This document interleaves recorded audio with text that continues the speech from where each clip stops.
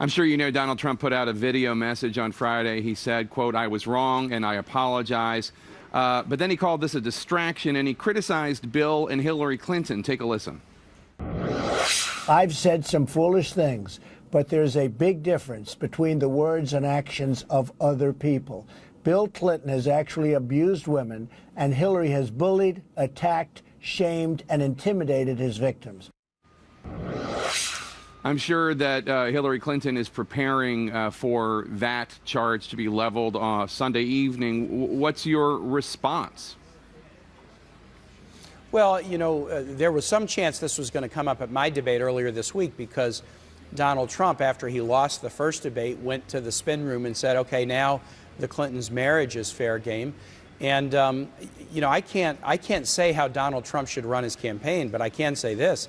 The Clinton-Kaine campaign is not about this. It's not about the marriages of folks at the top of the ticket. It's about issues that voters care about. And I know that those voters at the town hall forum tomorrow night are going to have a lot of questions. My gut is that most of the questions are going to be about really basic issues like how to grow the economy and how to keep America safe in the world. And, you know, if Donald wants to talk about something other than what voters want to talk about, that's his choice. But I suspect that Hillary Clinton is going to talk about the things that voters really care about.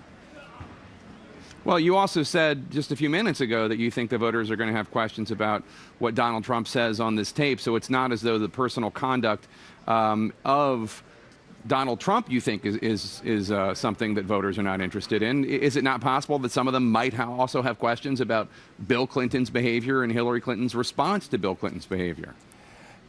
I would find it unlikely, but again, it's going to be those voters that ask about it. Remember, Jake, this is actually part of a broader pattern because as I was getting into in my debate Tuesday, Donald Trump has run a campaign where he's perpetrated a bigoted lie that President Obama wasn't a United States citizen. He's gone after immigrants. He's gone after Muslims. He's attacked military families and John McCain, a POW. He's said many other deplorable things about women. There is a broad pattern of disrespect, both in word, action, and policy, toward all kinds of people.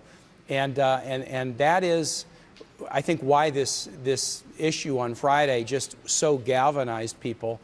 Because it's not something you can explain away as an aberration or here's something that, well, this was me 10 years ago. It's not who I am now. There's plenty of evidence that this is exactly who Donald Trump is today.